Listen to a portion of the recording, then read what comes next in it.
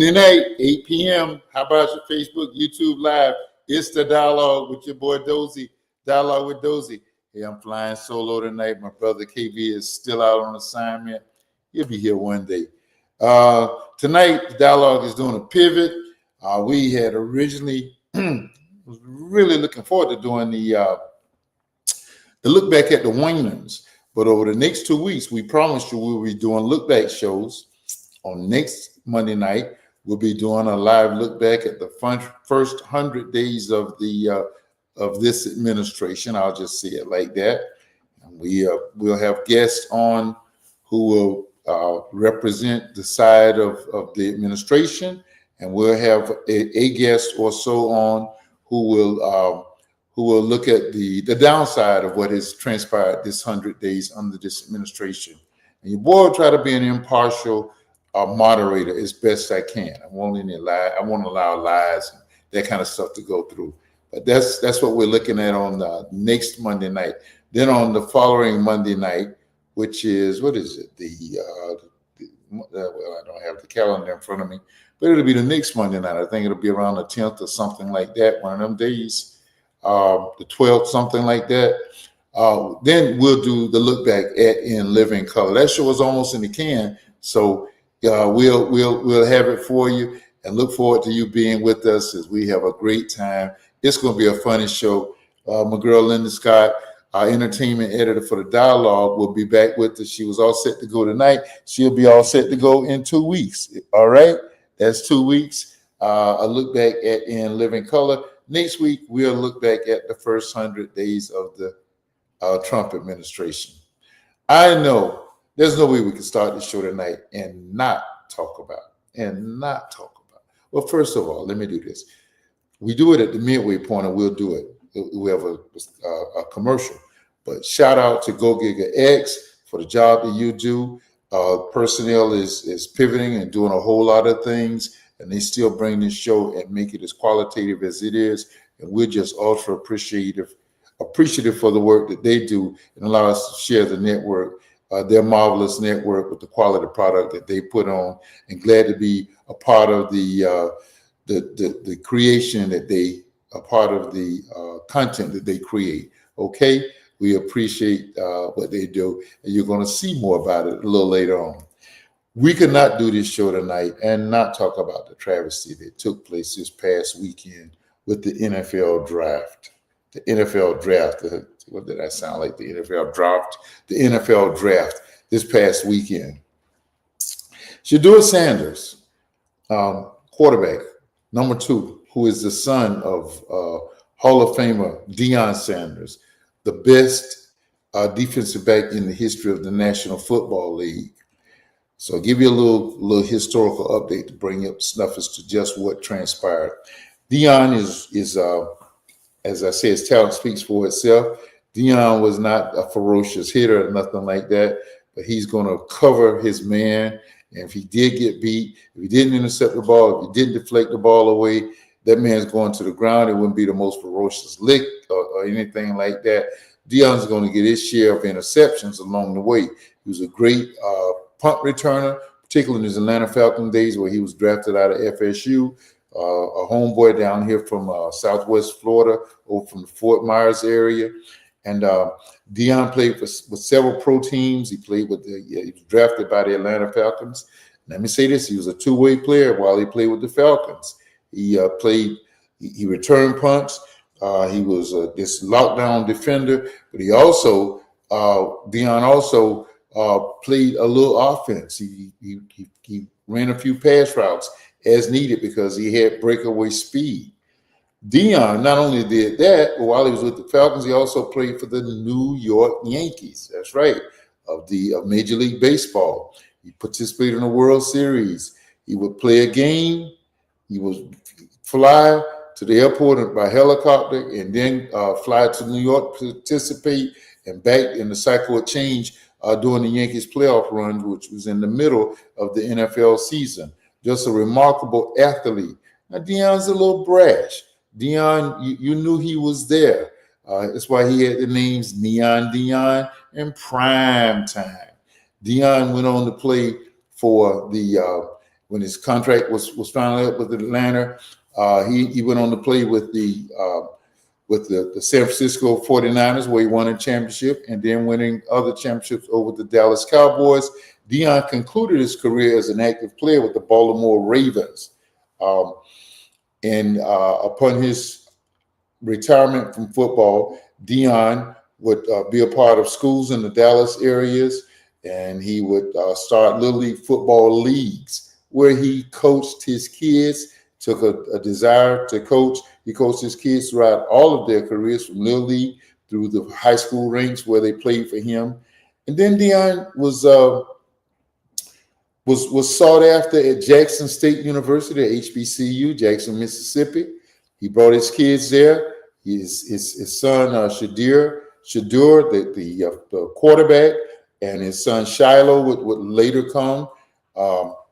And Travis Hunter, this year's Heisman Trophy winner, played with them. Also, a two-way athlete out of Florida, played with them.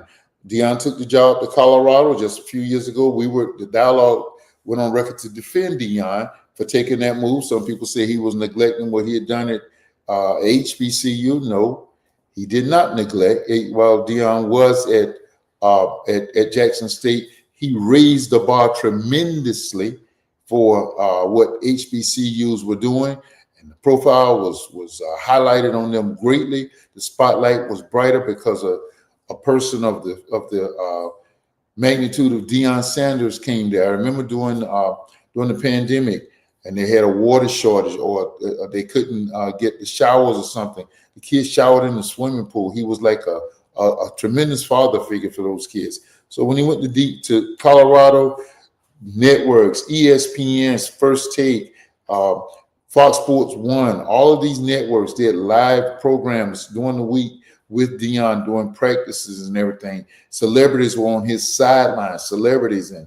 retired athletes, raising him on. Last year, his first year there, he won like the first 5 or 6 games, and then ran into reality, having gotten into the recruiting process later. They had won 2 games the prior year. They ended up, I think, 6 and 7 the first year. This year, they were like 9 and 2, and they were like 9 and 2, and so that included coaching a Heisman Trophy winner in Travis Hunter, who was the number 2 draft pick out by the Jacksonville Jaguars. The controversy is number 2. You see him on the screen. You can take him down now, Madam Producer. Number 2, Shedeur, his son, was passed over. Let me give you the chronology of his situation. Shedeur was looked at as maybe the second best quarterback.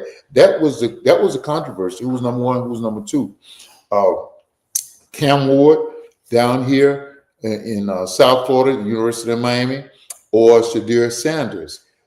Cam Ward had far more weapons. Kid that we coached at Plantation High School, Jacoby George, and the other young man, I can't call his name, on the other side, who was his number 1 receiver, Jacoby, the number 2 receivers, great tight end, who was selected in the first round of the playoffs of the draft the other night.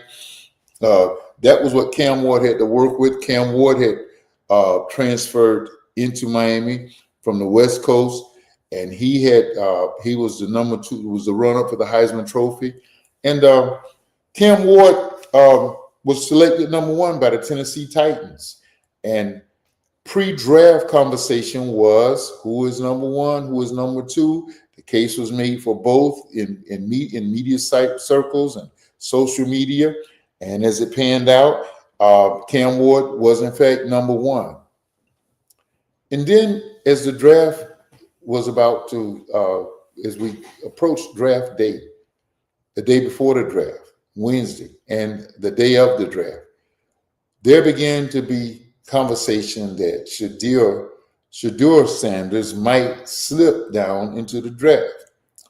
Well, nobody thought it could have been possible, but when talks of him slipping down, as a Pittsburgh Steelers fan, I thought, well, if he slips, let him slip all the way to the 21st spot, where the Steelers, who was in dire need, say that again, in dire need of a quarterback, would select Shedeur Sanders.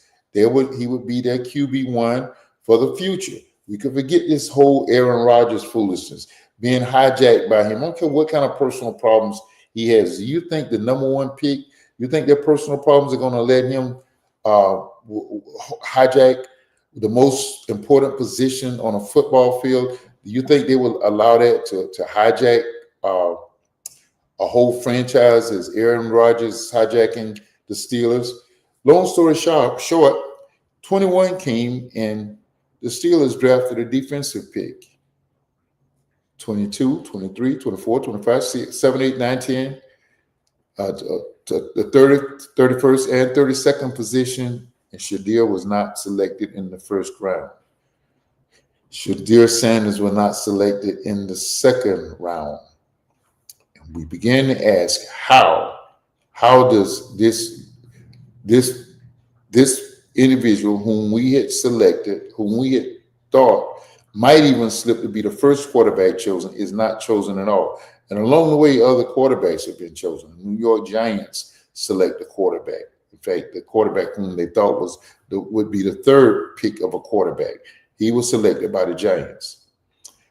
Shedeur was not selected the first night at all. He slid all the way to the 5th round, where the Cleveland Browns traded up to select him, and he was their second quarterback. In fact, he'll go into the quarterback room in Cleveland as their third quarterback. What does it look like to you? I spoke earlier about Deion being brash as a player, as an athlete. That was just his personality. It did earn him the name Prime Time and Deion. And Shedeur, as a quarterback, was and a college student, not as brash as his father, but did not lack confidence at all. Was not as expressive, did not talk out as much as his father. But when he did speak out, he spoke as a person. He spoke confidently. The national media has looked at it, and as I say, as the draft day was approaching, they were saying things to the fact that he may slip. And now that this slippage has happened and this has occurred, words has reached that the Giants, and it was a cruel thing that happened along the way, that he had a horrific interview with the Giants. He had a horrific interview with the Giants. Supposedly they gave him some play scenarios, some positioning and so forth, and he came in having not been prepared for the interview. But let's just say this, for 4 years in college, we saw him highly prepared. The last 2 years in particular, where he had a higher stage and a higher profile.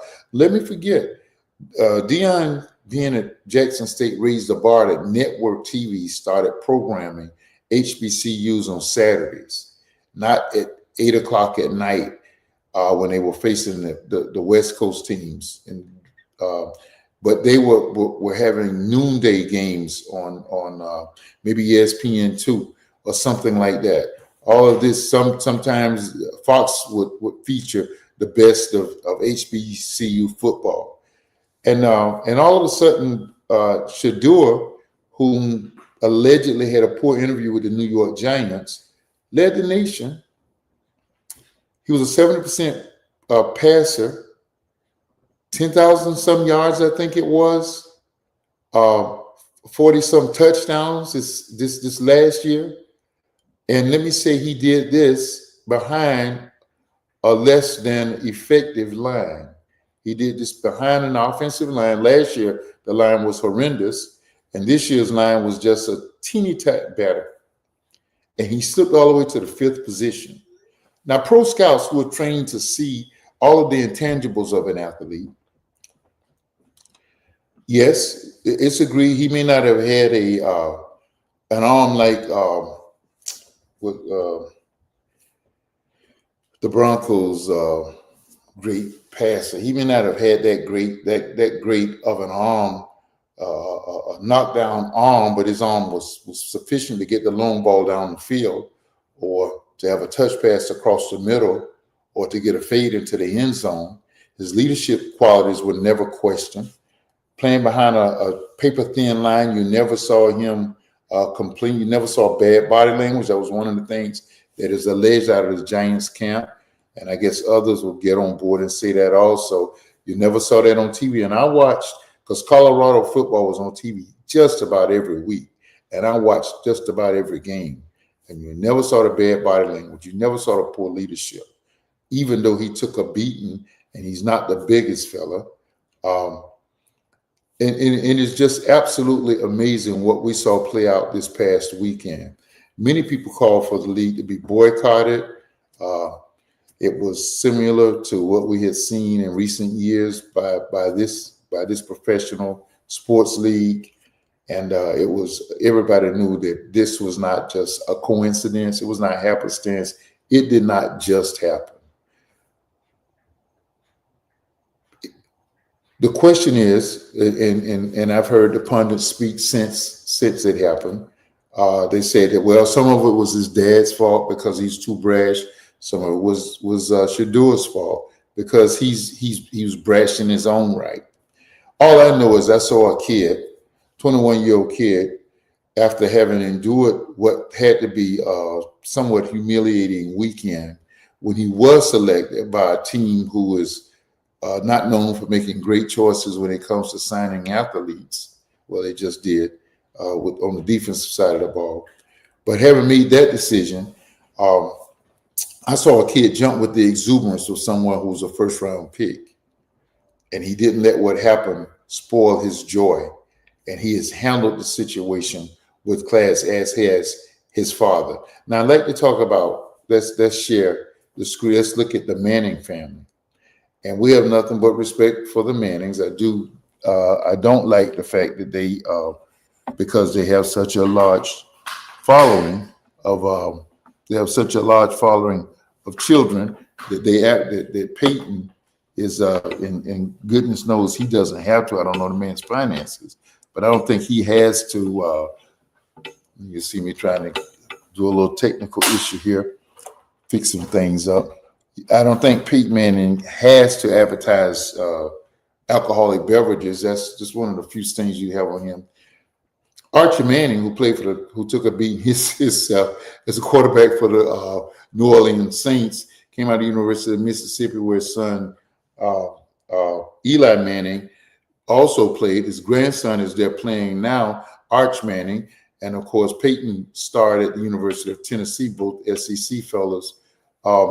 Arch would not let his son go to where he was, Eli go to where he was drafted originally, and he ended up playing for the New York Giants, where were it not for him, Tom Brady would have beaten the Miami Dolphins' undefeated record. He took the Dolphins down. He led a team that took the Dolphins down twice. And what was the defense that helped him? Strahan and group and family and small score games, games that had small, not big. Well, we have to do something about this. They did not have large scores, but they scored enough to take down the New England Patriots when they were in the height of their dynasty. Twice they beat them. Once they beat them. Once he took them down the year they would have had an undefeated season. The season that Randy Moss and Brady broke all of those records.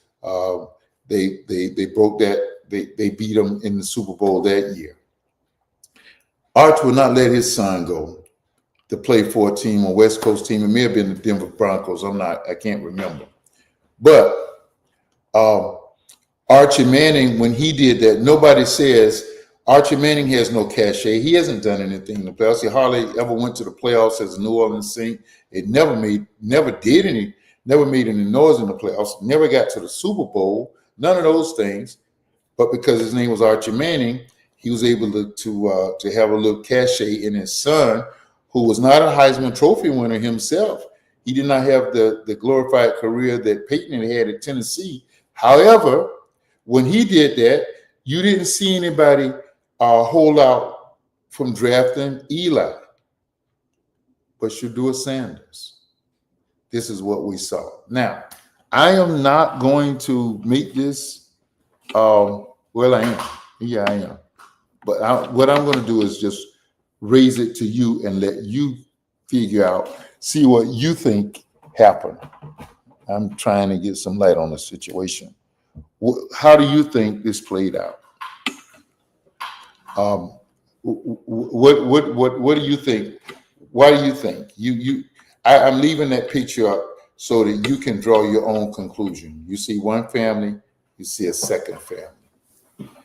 You see a star who is now back in the spotlight, Deion Sanders, after having had a brilliant sports career, mainly in pro football. He was a baseball player, but football is where he gained most of his acclaim. He's now a coach, high-profile coach, University of Colorado now, prominent D1 school. He has made it prominent. Their tickets have gone off the roof. He was raised money. Admissions at the University of Colorado skyrocketed. Look at the Manning family. I'll just leave that for you to draw those conclusions as to what happened. We'll talk more about that later. Also, this past week, we've had several things go. This past Thursday, I think it was, Judge Hannah Duggan,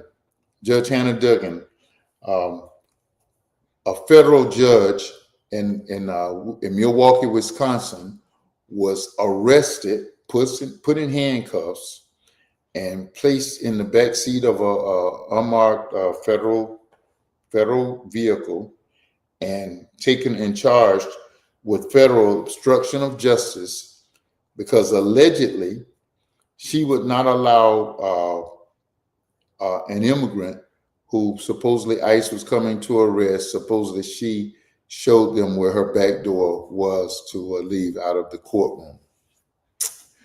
Next week, we'll talk a lot more about this when we talk about the first 100 days of this administration. And all I can say is we come to the first 100 days. Whew, somebody said to me earlier today, that's 100 days less that we got to deal with this craziness. But this judge was arrested, and I saw Kash Patel, the Attorney General, the head of the FBI, pardon me, put a tweet out reference to that arrest, and he took it down. But I saw the Attorney General make a statement, and she had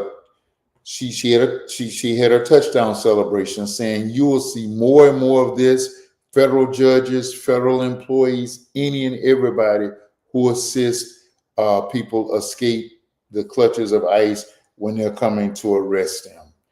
This will be played out more, and you'll learn more about this. Like I said, we'll talk more about this on next week.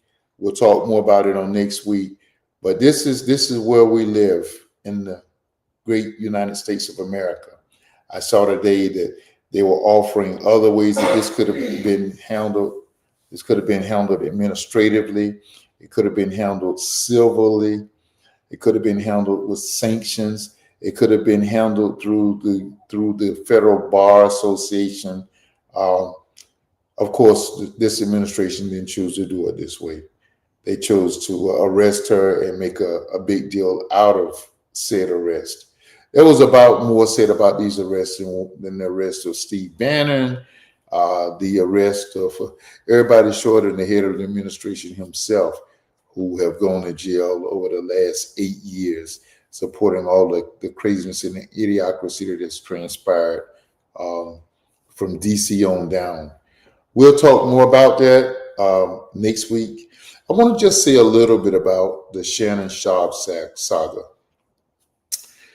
Shannon Sharpe, your boy Shay. Shannon has been we don't know what pressures led to it, but he's changed his mind after he was sued by a young lady, 19 years old, for allegedly being involved in having a particular act of intimacy performed.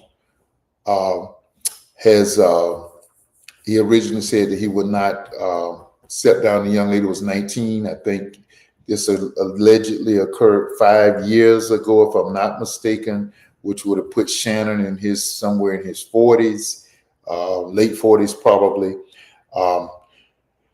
Shannon originally said he was not going to step down, and Disney, who owns ESPN, did not make him step down. However, Shannon went on the offensive. He countersued the young lady. He came out. He issued a written statement, but he also has issued 2 videos. And the crux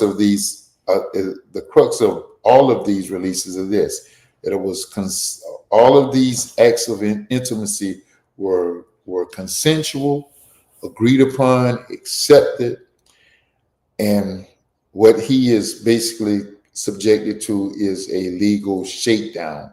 He originally said he was not going to get involved. The attorney who was handling the young lady's attorney, who was representing him as an attorney, who's representing Jay-Z when all of the Sean Puffy Combs stuff broke, and they've said it's a shakedown and they're not agreeing to it. However, Shannon now, after going so public, I don't know if it was required by Disney, he issued a statement, says that he's stepping down and will be back before the NFL preseason starts over somewhere in August, and will be back to ESPN, to his spot on Mondays and Tuesdays. It also comes at a bad time. As you know, he has had one of the most successful podcasts, his Club Shay Shay, the one that broke with Cat Williams, where Cat let the cat out the bag, so to speak, about so many of the comedians and that whole genre, and all of the secrets and all of the things that have gone on with many of the Black comedians, which I think Shannon earned like $2 million in a matter of minutes, several minutes of that podcast, and went on to earn several dineros out of that thing.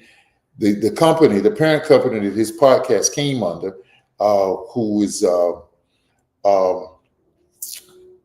the contract had ended, and Shannon was in the process of renegotiating with the company for what was going to be hefty money. And this all came out at about this time. As you know, he signed back with ESPN prior to Stephen A. And Stephen A. signed back about a month ago. And he signed a hefty contract himself with ESPN. So I didn't want to give this the lurid details of, I just wanted to look at what goes on and legal shakedowns that occur with people. What happens to people when you achieve a certain level of fame, how you have to be ultra careful. And I've heard Shannon say many times how people have to be so careful. He's gotten around a lot of rumors about his I'm not going to even get into that, but I'll just say that we'll see how this plays out. I just read before signing on that Shannon offered a $10 million settlement when he learned this young lady was going to step forth, and his attorney said it was not by any means an admission of guilt. It was, however, him trying to stay out of the spotlight in the midst of these negotiations and in the midst of this the spotlight on ESPN with the NFL draft and the playoffs, and NBA playoffs, and all of these things going on. So this is what we're dealing with, and we just wish the best for everybody involved out of that situation, not taking any sides.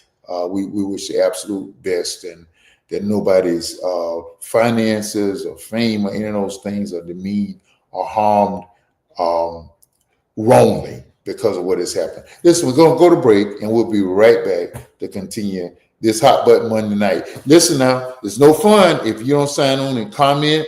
We see you here. Comment. Let us know what you're thinking about these stories. We pivoted tonight, but we got good stuff. We got good content.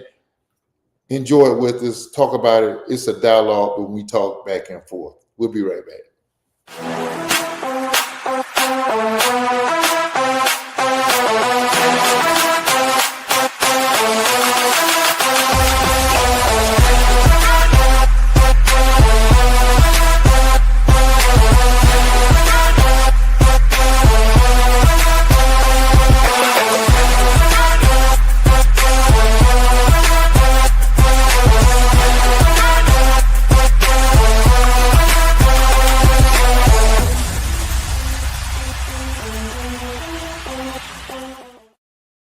GoGigX.com.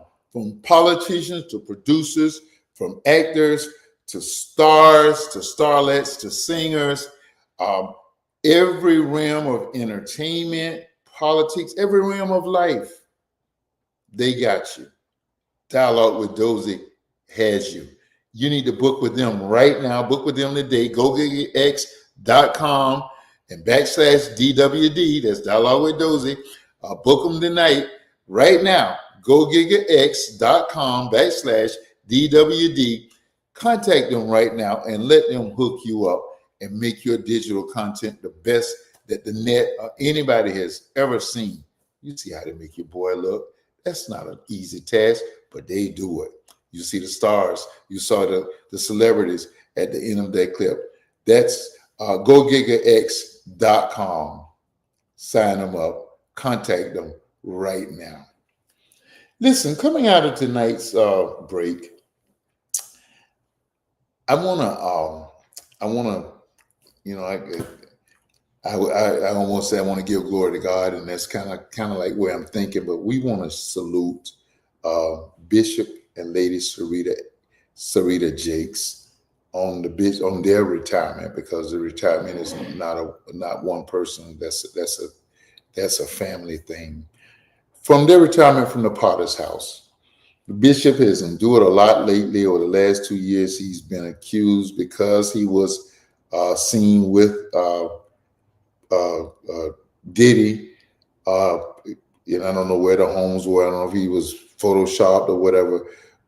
And we know last year, near the end of the year, he had a very serious medical situation that he has just spoken about in the last few weeks. He had a heart attack. And the doctor said that had they not gotten him to the hospital with the minutes as they did, that he would not be with us today. He froze on stage. And so what we want to highlight is the brilliant preaching pastoral career of Bishop T.D. Jakes. I almost call his whole name. That's not necessary. Bishop Jakes started in the hills of West Virginia. You see, he's ultra articulate, ultra smart, but he's been able to match a preaching style that has matched healing, that has spoken healing to hundreds of thousands, maybe even millions of people, particularly ladies. Remember his Woman Thou Art Loose conferences. And as I was looking back and reading and researching some of the things that have been his highlights over his ministerial career, you see me joking all the time. We're just about the same age, and we've been in ministry just about the same time. And I joke that he preaches almost as well as I do. Well, of course, that's really a joke. But Bishop Jakes has had a unique healing. He's been able to mix his words and bring them together through the anointing of God to heal many, many souls, many people, the lives of many people, and help lift many people. And about 30 years ago, they relocated. He felt the unction of God to relocate from West Virginia, where he pastored storefront churches. He talked about being a janitor, the publisher and all of that, and the preacher, and I know about all of that. And he went from there to God led him to Dallas, Texas, and he went there and founded the Potter House ministry that has grown to be one of the mega ministries. And his conferences, he has gone beyond just the preaching. He's gone beyond the outstanding pastoral works, the ministries that have come out of the Potter's House.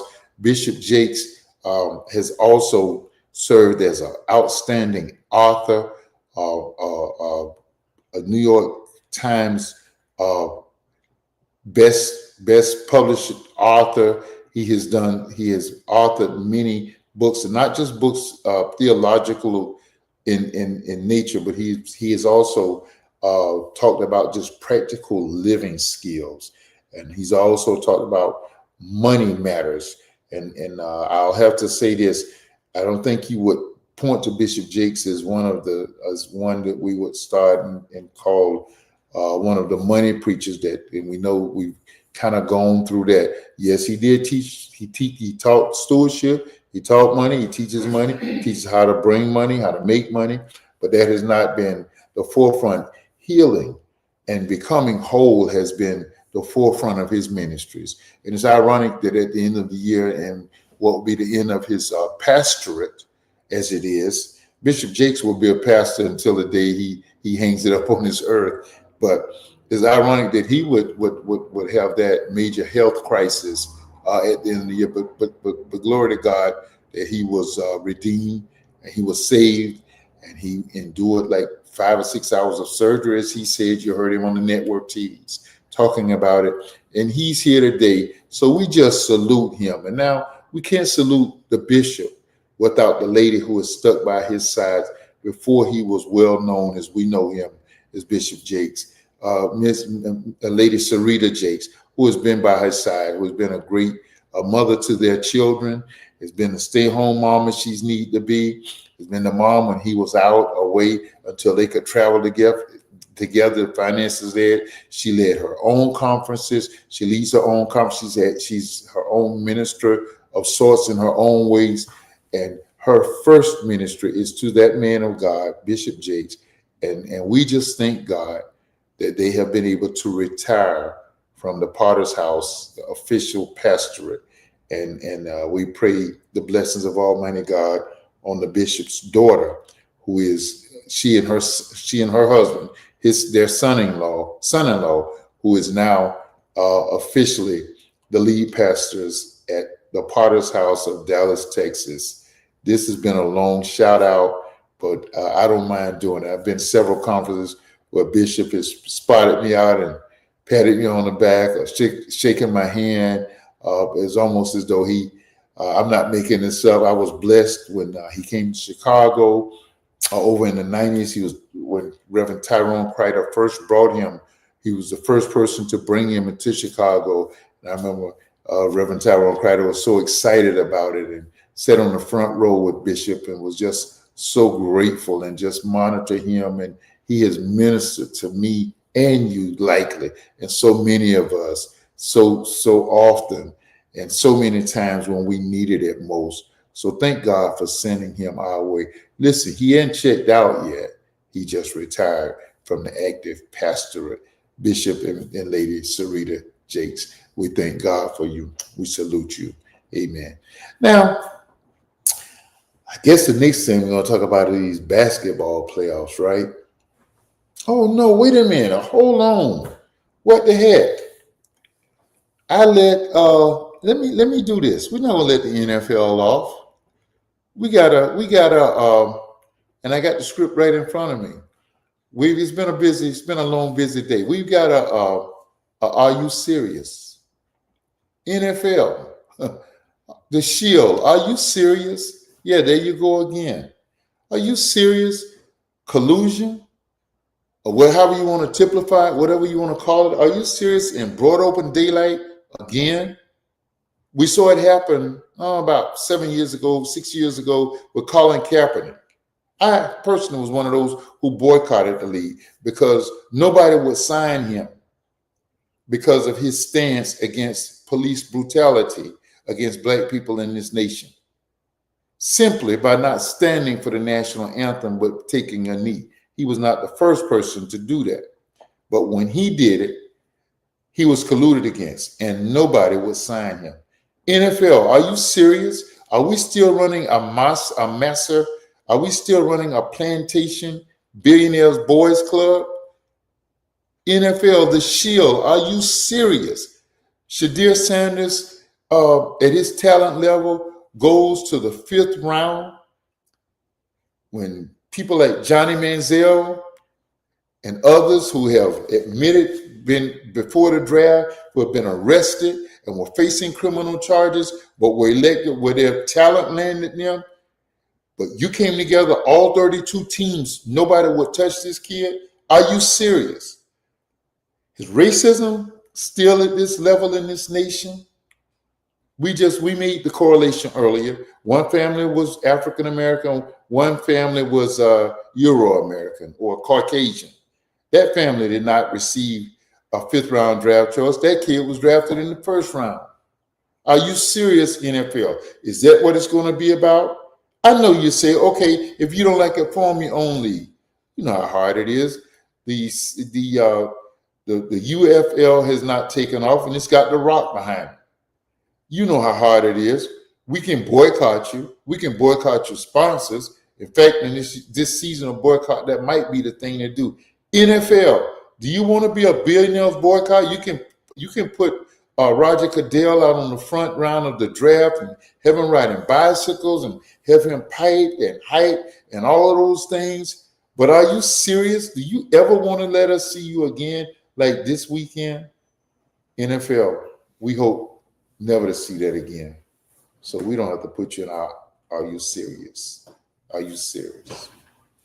Okay, we're back with some active sports. So the NFL playoffs are going on.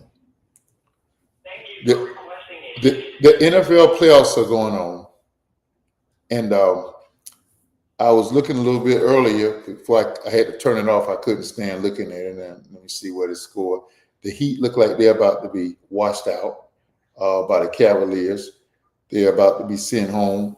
Last I looked, the score was something like 27-3 in Game 4, and the Heat played two fairly competitive games in Cleveland against the Cavaliers, the number one seeded team in the Eastern Conference. They came down here, were blown out on Saturday, and it looks like they're in the process of being blown out again tonight in Game 4, which means that the season will be over. We'll see what the Heat will do. We know Kevin Durant is on the trading blocks likely. We'll see if Pat Riley wants to make another big splash before possibly he hangs it up.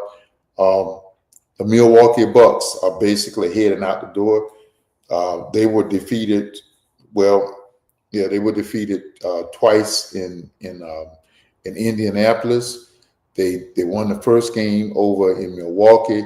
They were blown out last night, and man, Damian Lillard, who sat out the last 24 games of the regular season with a blood clot, and many of the first few games of the playoffs, and you saw him on the sideline get into it with Halliburton, I think it was, and he was to come back.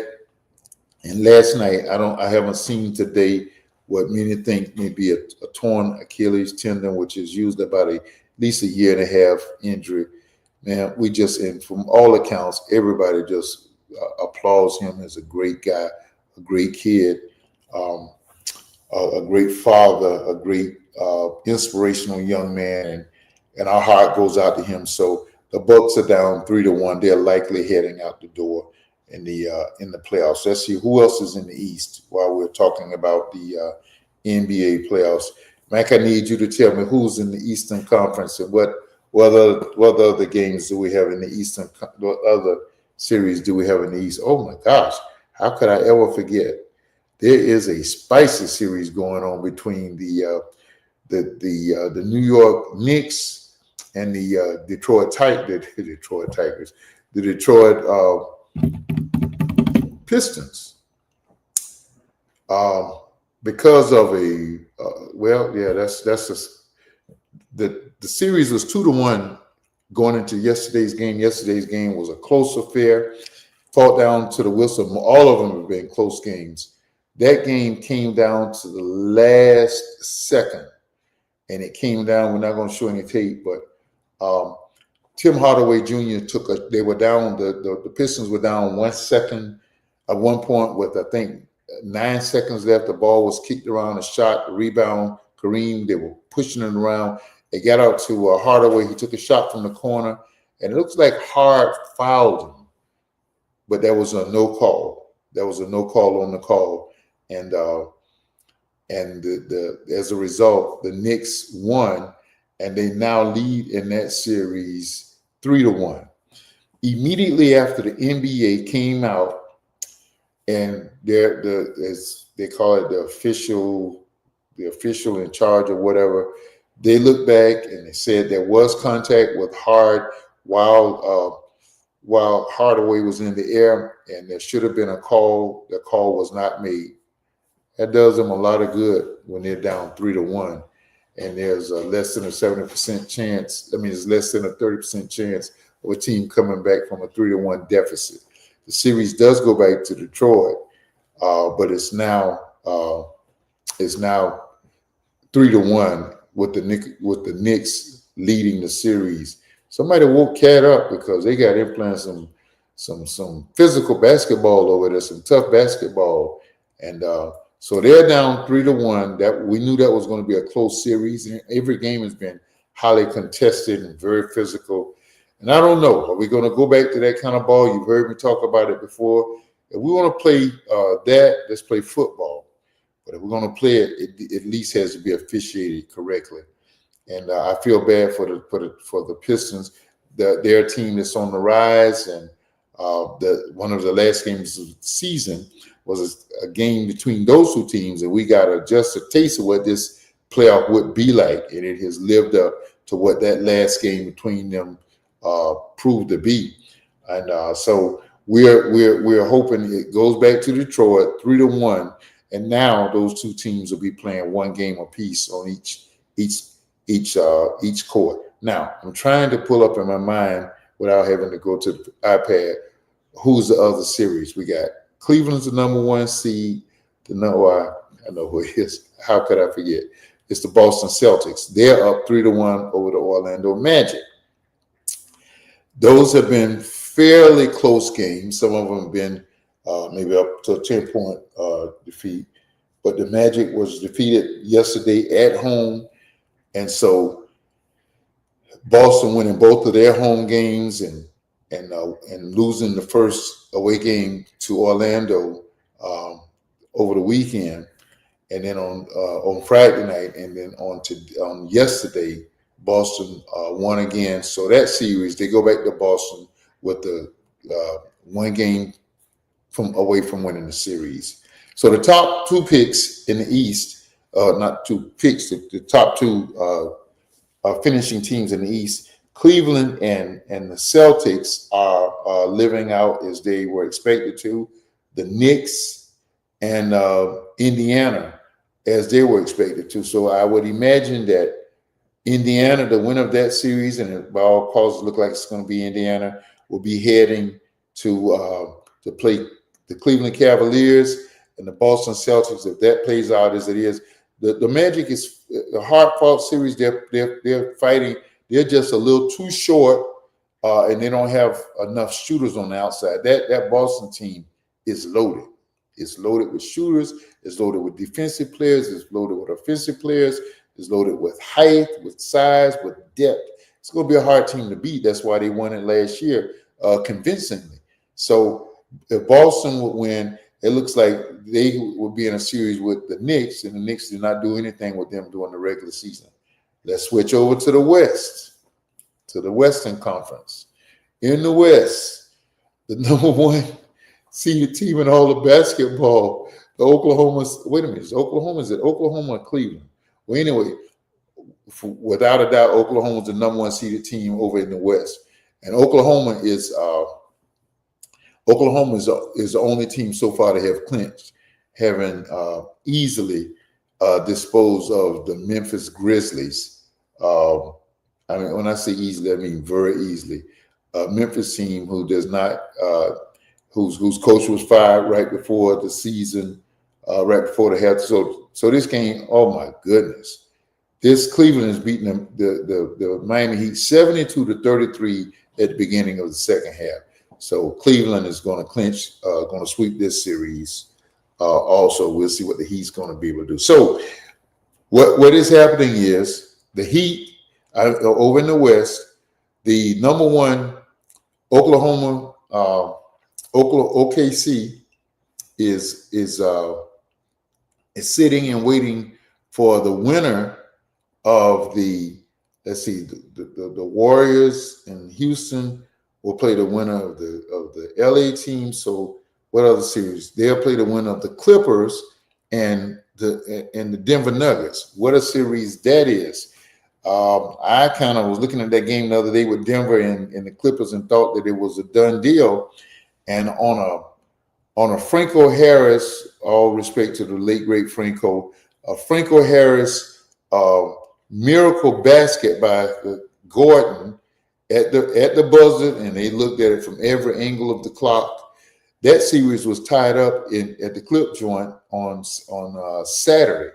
So they go back to Denver 1-1, but that series tied 2 games apiece. So that's going to be a fight to the finish. That Cleveland team that was kind of depleted or lost a lot of its championship edge to free agency now is in a fight with Cleveland, one of the hardest teams going down the stretch. I think their record was something like 21-3 coming out of the All-Star game. And with Kawhi Leonard playing off the charts, he and Harden put it together. And we'll see, Mac. I hear you. Golden State in 5. You got a Shannon Sharpe type rhyme for that? Yeah. So the winner of that series that's tied. So Oklahoma City is probably going to rest at least another week. Probably another week they're going to rest. The winner of that series. And you guys cracking me up. OKC, AFC, KFC, Lakers in 5. No, they ain't happen. You better come up with another one, my man. 7. You better come up.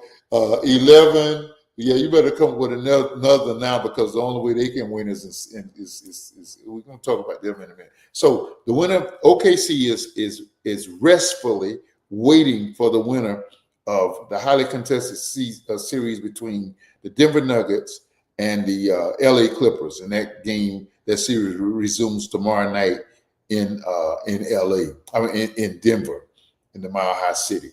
Meanwhile, tonight, game 2 of this, and mercifully, let's get to it, because the Heat Cleveland jumped on them like they own them, like Miami owns them. So I'm sure Miami's going to retool and be ready for them to at least be more competitive next year. So Golden State, I'm with you, Mac. You know, Warriors. If you're listening, Mom, Warriors. So let's talk about because they got up. Don't count them young boys in Houston out. Let's talk about that series right now. The Warriors, and oh wow, time is slapping me upside the head. The Warriors are up 2-1 going into tonight's game, and I don't know if Butler is going to play or not tonight or not, but they're up 2-1 over the Houston Rockets. Now let's talk about that game. Let's talk about Saturday's game. I use that game to get ready to prepare for Sunday. I use the momentum of winning that game to get me riled up. Well, let me not say that. I was riled up and ready to preach at any time, but let's just say this. Oh, he is playing. Good news. Max saying that Jimmy Butler is playing. Well, Butler, as you know, was hurt in game 2 out in Houston, where the Warriors lost. And the Warriors were kind of playing the formula that they had used at the end of the season when they came to San Francisco and blooded the Warriors very easily. They blooded their nose, and Jimmy played in that game because they had the size, they had the youth and the athleticism, and they used all of that. Very physical they got with the Warriors. The Warriors weren't ready for that. So in game 2, they did that, and Jimmy Butler took a horrific fall on his hip bone and on his tailbone, actually. He had a contusion of his coccyx or whatever it's called. He had a contusion of that bone, and he had to sit out of Saturday night's game. The first half, the Houston looked like they were ready to look like the youthful, athletic, physical team that had beat the Warriors at the end of the regular season. The Warriors caught fire. Steph caught fire at the end of the first half, and they kept their momentum going. And man, let me tell y'all, don't you ever, don't you, I know I sound like Weezy, don't you ever, I have never sang it, don't you ever count out the effect of Draymond Green on a basketball game. He's not going to be the world's greatest shooter. He's not the tallest guy, but he'll defend the tallest center in the league. He'll defend the bulkiest center in the league, but he has the greatest heart, and he'll will his team. He came together with Steph, and they got some bench play, mainly by GP2, Gary Payton the second, Gary Payton the second, and they came together and pulled that second half and basically shut on defense. They shut that Houston team down. You heard a little. Yesterday, the Lakers, and I want to go back and look at first tape. I taped it to see what was said. The Lakers played game 4 against it's the Lakers, and who are they playing? I know who they're playing. Well, let's just say the Lakers lost yesterday to beloved Timberwolves. They lost to the Minnesota Timberwolves yesterday because their starters, and they got a senior citizen, probably the second greatest player in the history of the league. They played the whole second half. And his Ant-Man, who is a star in his own right, would say they kind of like ran out of gas, and he knew they were going to run out of gas. So he amped it up, and play on words. And they beat the Lakers. The Lakers had a chance for the last second shot in the corner, and Reed missed the shot. And so they go back to the Crypto Arena tomorrow night, down 3-1. That's going to be a tall order. So tonight the Warriors play game 4. Tomorrow night in the Western Conference, the Lakers and the T-Wolves play. The winner of the Lakers and T-Wolves series plays the winner of the Warriors and the Houston Rockets series. The OKC winner is OKC is waiting for the winner of the series with the LA Clippers and the Denver Nuggets. Dialogue with Dozell. We covered a lot of stuff tonight. Next week, I'm going to be flooding social media. Next week, we're looking at the first 100 days of this administration. Listen, tell your friends, and when you see snippets or you see anything about it, please tell them they want to see this show next week, the first 100 days of this administration. Dialogue with Dozell. Thank y'all for talking back to us. Mac, we love y'all, man. We out.